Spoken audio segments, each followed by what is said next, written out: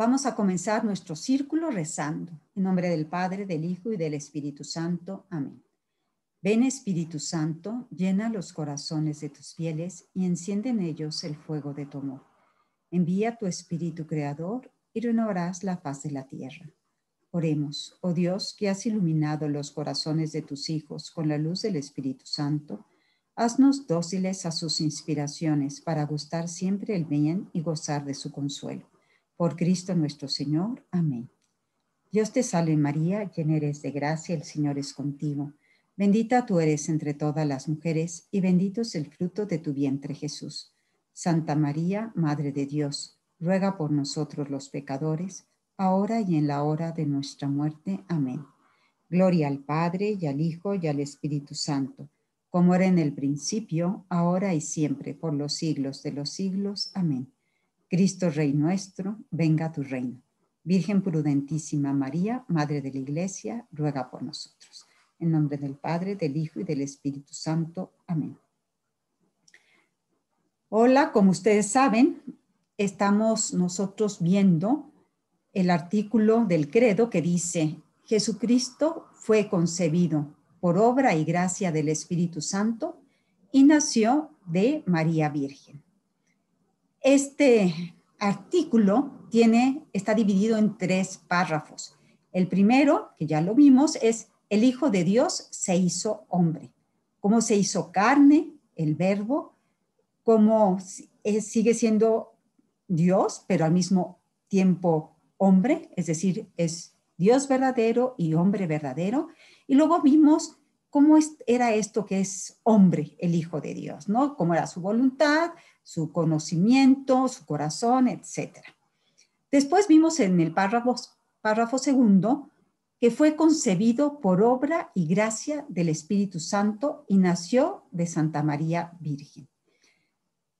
Y ahora vamos a comenzar el párrafo tercero, que es los misterios de la vida de Cristo. Este párrafo va a tener 3 incisos. Toda la vida de Cristo es misterio. Los misterios de la infancia y de la vida oculta de Jesús. Y en tercer lugar, los misterios de la vida pública. Comenzamos pues diciendo que toda la vida de Cristo es misterio. Si ustedes se dan cuenta, el credo no habla explícitamente de los misterios de la vida oculta y pública de Jesús. ¿Cuál es la vida oculta? La vida oculta de Jesús es ese tiempo que pasa desde el nacimiento hasta que Jesús empieza a predicar. A partir de ahí es la vida pública, son esos 3 años en los que Jesús se nos va manifestando como Hijo de Dios. Si ustedes se fijan, en el credo dice: fue concebido por obra y gracia del Espíritu Santo y nació de Santa María Virgen. Fue crucificado bajo el poder de Poncio Pilato. Y ya se pasó toda la vida oculta y la vida pública de Jesús. Sin embargo, el catecismo no quiere como que dejar pasar esta etapa tan importante de Cristo. Es cierto que toda su vida pública y toda su vida oculta de alguna manera están iluminados por su muerte y por su nacimiento, su muerte y resurrección, y también que toda la vida de Jesús es un don para nosotros. Todos los evangelios nos revelan la vida de Dios hecho hombre. O sea, ¿cómo es la vida de Dios hecho hombre? Y no solamente su nacimiento y no solamente su muerte y su resurrección. Por eso les digo, el catecismo nos pone ahora unos números que nos van a hablar de este periodo de Cristo. ¿Por qué? Porque no solo Cristo nos salva en la cruz. Cristo nos salva en todo momento de su vida. Muchas cosas que podrían interesarnos a nosotros por curiosidad humana, pues vemos que no están en el Evangelio. Y pues de su vida de Nazaret prácticamente no se nos dice nada. Lo único que sabemos de su vida de Nazaret es de cuando se perdió en el templo y que acaba diciendo, cuando ya lo recuperan y que Jesús dice, no sabían que tengo que ocuparme de las cosas de mi Padre, dice, María guardaba todo esto en su corazón y lo meditaba. Y que Jesús crecía en gracia y en sabiduría. Eso es todo prácticamente lo que se nos dice. Sin embargo, todos esos años, esos 30 años de vida oculta, fueron tan salvíficos como el tiempo que pasó de vida pública predicando, haciendo milagros, etc. Y fueron tan salvíficos como su muerte en la cruz. O sea, toda la vida de Cristo es salvación. Lo que se ha escrito en los evangelios, dice San Juan, ha sido escrito para que creáis que Jesús es el Cristo, el Hijo de Dios, y para que creyendo tengáis vida en su nombre. Esto es lo que le interesa a los evangelistas, que nosotros entendamos que este Cristo humano que vivió en los primeros años de la era cristiana, este Jesús es el Hijo de Dios y que vino para que nosotros tuviéramos vida en su nombre, vino para salvarnos. Los evangelios fueron escritos por hombres que pertenecieron al primer grupo de los discípulos de Jesús. Y ellos quisieron compartir esa fe con nosotros.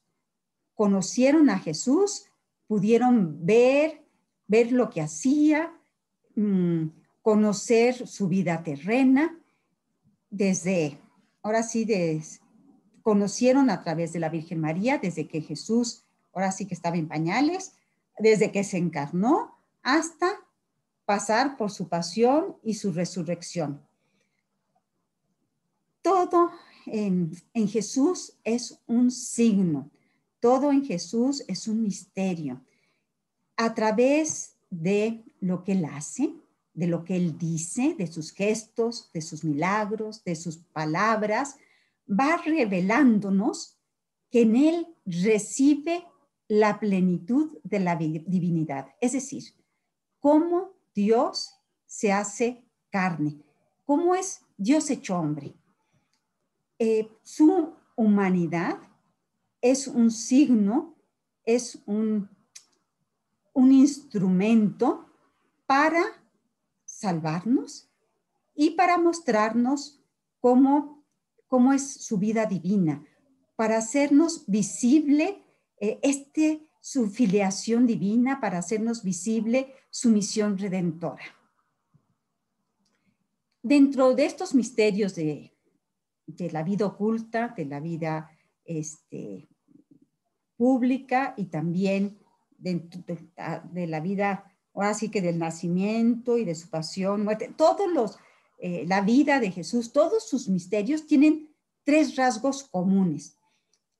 Como les digo, esto no solo es para el nacimiento y no solo es para su muerte y resurrección, es para toda su vida.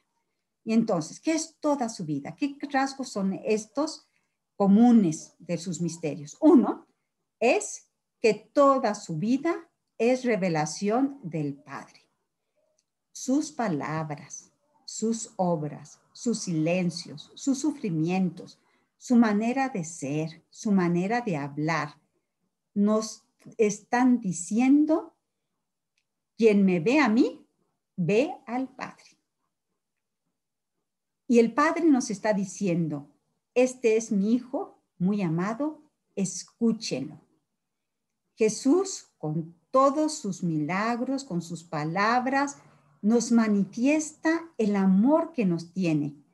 Y con los rasgos más pequeños de su misterio, nos enseña cómo es Dios. ¿Y qué es la principal característica de Dios?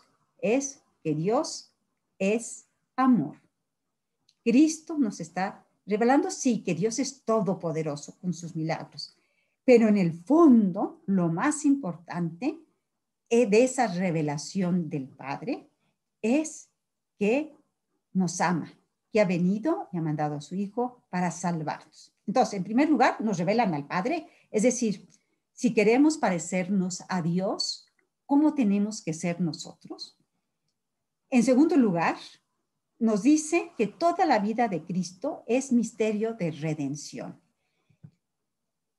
Aunque la salvación nos viene plenamente con la cruz y su resurrección, la vida entera de Cristo es misterio de salvación, porque todo lo que Jesús ha hecho y dicho y sufrido tenía como fin salvar al hombre caído. Todo lo que hizo, todo lo que dijo, todo lo que sufrió, su finalidad es salvar al hombre caído y volvernos a ser hijos de Dios. Y en tercer lugar, además de que nos revela al Padre como es Dios hecho hombre, nos revela, todo en su vida nos salva, nos redime, y también toda la vida de Cristo es misterio de recapitulación. Es decir, es el modo, todo lo que hizo y dijo y sufrió Jesús, tiene como finalidad el restablecer al hombre a su vocación primera.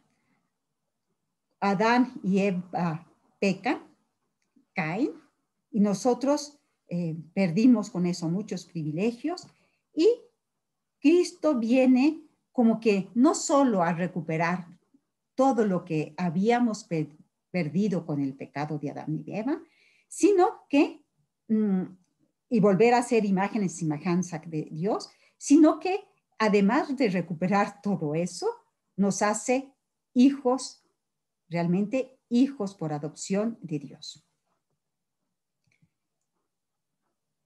Ahora, hay que tener en cuenta, habiendo visto esto, cómo en síntesis se puede decir que todos los misterios de Cristo tienen estos rasgos comunes, también hay que decir que nosotros tenemos que entrar en comunión con estos misterios. Porque, o sea, Jesús vino a la tierra para ser nuestro modelo. Él es el hombre perfecto. Él nos dice cómo debemos ser hombres. En su vida pública, Jesucristo nos dijo, amad como yo os he amado. Ser humildes como yo he sido humilde. Cristo viene a mostrarnos el camino. Cristo viene a decirnos cómo debemos ser hombres en toda su plenitud. ¿Cómo es el hombre perfecto? Y lo vivió para que nosotros podamos vivir de la misma manera en que Él vivió y que Él viva en nosotros, no solamente para que nosotros vivamos en Él, sino que Él vive en nosotros. No solo para que Él viva una forma de vida, sino para que nosotros también imitemos esa forma de vida. Con su encarnación, Cristo se ha unido a todos los seres humanos y nosotros estamos llamados a hacer una sola cosa con Él. Somos miembros del cuerpo de Cristo.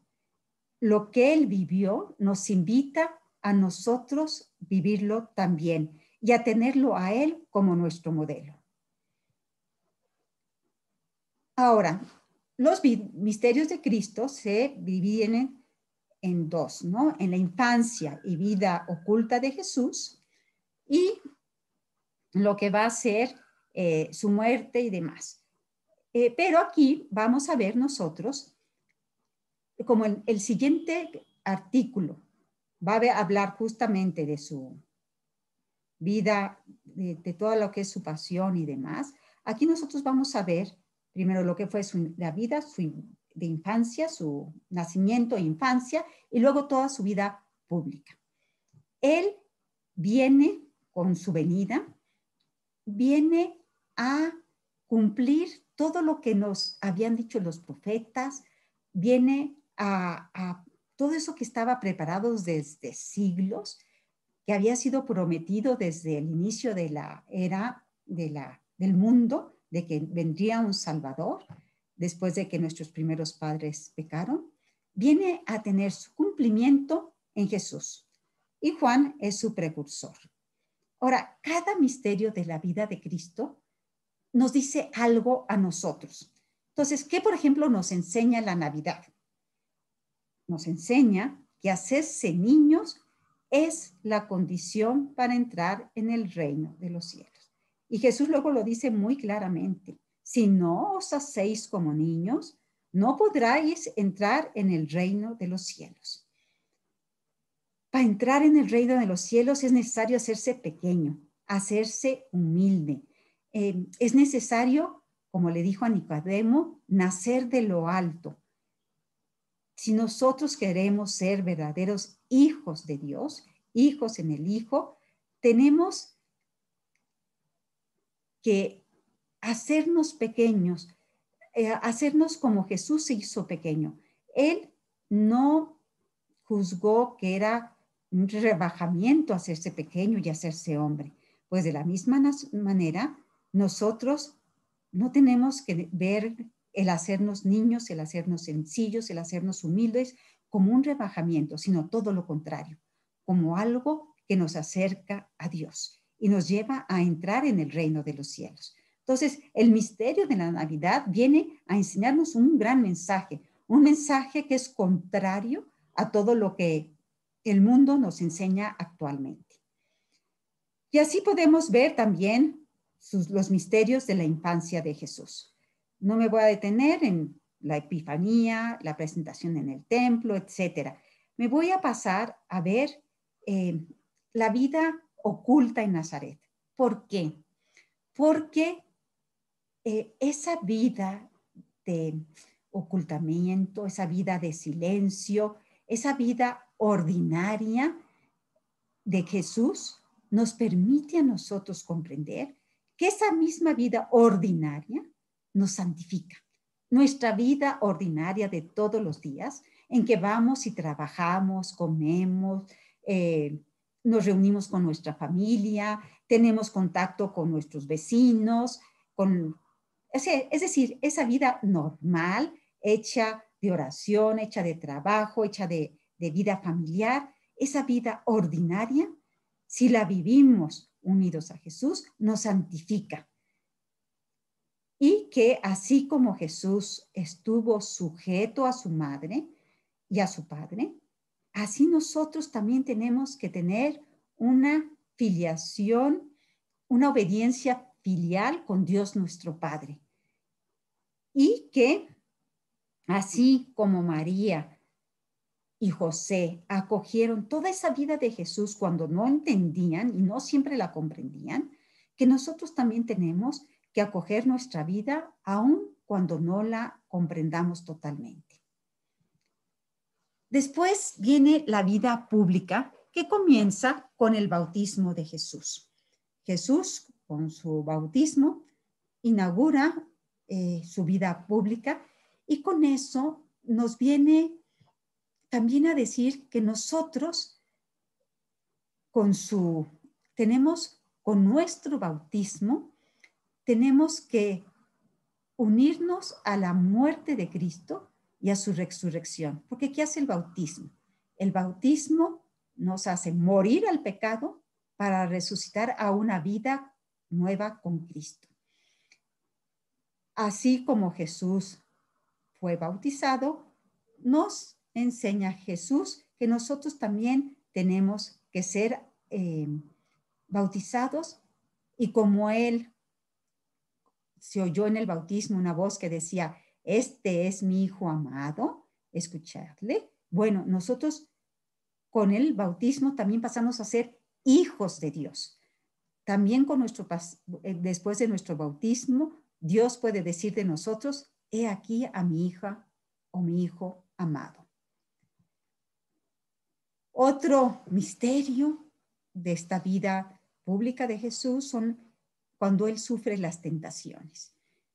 Y creo que para nosotros es importante darnos cuenta que Jesús sufrió tentaciones y que por lo tanto las tentaciones en sí mismas no son malas. Las tentaciones en sí mismas ni nos hacen buenos ni nos hacen malos. Que yo tenga tentaciones de cualquier tipo no me hace menos. Al contrario, si la lucho y si sé como Jesús vencerlas, no solo no son malas, sino que se hacen meritorias y que nosotros no tenemos que preocuparnos de tener tentación. Tenemos que preocuparnos de caer en la tentación. Cristo viene a enseñarnos cómo vencer al tentador, cómo Él vence, cómo Él no juega con la tentación, cómo Él es muy firme con el tentador. Y viene a decirnos y a enseñarnos cómo realmente Jesucristo fue semejante a nosotros en todo, menos en el pecado. Después, todo el tiempo en que anuncia el reino de Dios, todo ese tiempo en que Jesús acompaña su palabra con sus signos, con sus milagros, nos viene todo ese tiempo en que cura a muchas personas, que sí, nos enseña que nuestra vida va a estar como salpicada de momentos difíciles y que Jesús, así como en ese entonces no curó a todos los enfermos del mundo, sino que hizo unos milagros para hacer signo, así hacia nosotros no nos ha librado de todos los males que hay en esta tierra. De lo que nos ha venido a liberar Jesús es de la esclavitud del pecado. De eso sí vino a liberarnos a todos, pero no de las enfermedades, no de la muerte, no. Cristo de lo que viene a salvarnos es de la esclavitud del pecado. Él viene a expulsar al demonio y nos dice que nosotros también podemos vencerlos. Y también Jesús, en el anuncio del reino, pues nos viene a invitar a nosotros, que somos pecadores, a entrar en su reino. Y Jesús lo viene a decir como muy claramente, no he venido a llamar a los justos, sino a los pecadores. Y yo creo que para nosotros tiene que ser pues muy alentador. Jesús no vino a llamar a los justos, porque si hubiera venido a llamar a los justos, creo que ninguno nos hubiéramos podido sentir llamados. No, Él vino a invitar a los pecadores a la conversión. Vino a llamar a pecadores. Yo, siendo pecador, yo cayendo muchas veces, es a mí a quien Jesús viene a invitarme a su reino. Y como dice Jesús, hay más alegría en el cielo por un solo pecador que se convierta. Qué bonito, qué esperanzador, qué alentador saber esto. Cristo viene a buscarme a mí con mis miserias, con mis debilidades, con mis caídas. Y aunque caiga 70 veces 7, aunque parezca como el hijo pródigo que me ha alejado totalmente de Dios, que ahora sí que casi no merecería su perdón, Él viene a enseñarnos que por Dios, siempre que haya arrepentimiento, vamos a ser no solo recibidos, sino muy bien recibidos, y Dios se alegra de que nosotros nos acerquemos. Después, con la transfiguración, nos viene a enseñar cómo la gloria y nuestra, o sea, su gloria y nuestra gloria pasa a través de la cruz. Y porque Jesús se transfiguró justo antes de la cruz para enseñarle a los discípulos que no tuvieran miedo de la cruz, que después de la cruz viene la gloria. Y así nosotros también, ¿no? Como que viene a decirnos, no te preocupes de que en tu vida haya cruces, no te preocupes que en tu vida haya sufrimientos. Después de esto, viene la gloria, viene la resurrección, viene una vida eterna. Y la transfiguración, pues también viene a enseñarnos cómo va a ser nuestra vida también glorificada, cómo nuestro cuerpo se va a transfigurar en un cuerpo glorioso como el de Él. Y que, pues es necesario, como dice San Pablo, que pasemos por muchas tribulaciones para poder entrar en el reino de Dios. Entonces, si se fijan, simplemente el catecismo quiere decirnos, aunque en el credo no se hable de todo este periodo de la vida de Cristo, creo que para nosotros es un periodo maravilloso porque nos enseña cómo ser hombres en lo ordinario, nos enseña cómo ser esos hombres que Dios quiere que seamos, cómo es hombre el Hijo de Dios y cómo nosotros, siendo hijos de Dios, tenemos que ser hombres, cómo Jesús en esa vida ordinaria nos salva, cómo nos enseña que quiere salvarnos aún siendo pecadores, nos enseña que no tenemos que tener miedo de tener tentaciones, nos enseña que tenemos que ser pequeños como lo fue Él en su nacimiento y nos enseña cómo todo es motivo de salvación. Y nuestra vida, pues normalmente tenemos más tiempo de vida ordinaria que de vida de cruz, ¿no? Sí es cierto que hay gente que tiene más una vida muy sufrida, pero la mayoría, pues quizá podemos identificarnos más y la mayor parte de nuestra vida pasa como estos 30 años de la vida de Jesús, en la que pues es normal, tenemos una vida de familia ordinaria, en la que se reza, en la que se trabaja y que ahí también nos santificamos. Bueno, con esto concluimos esta última parte del artículo de tercero y ya en el próximo comenzaremos a ver ya esa muerte y resurrección de Cristo. Terminamos rezando en nombre del Padre, del Hijo y del Espíritu Santo. Amén. Te damos gracias, Señor, por todos tus beneficios, a ti que vives y reinas por los siglos de los siglos. Amén. Cristo, Rey nuestro, venga a tu reino. Virgen prudentísima, María, Madre de la Iglesia, ruega por nosotros. En nombre del Padre, del Hijo y del Espíritu Santo. Amén.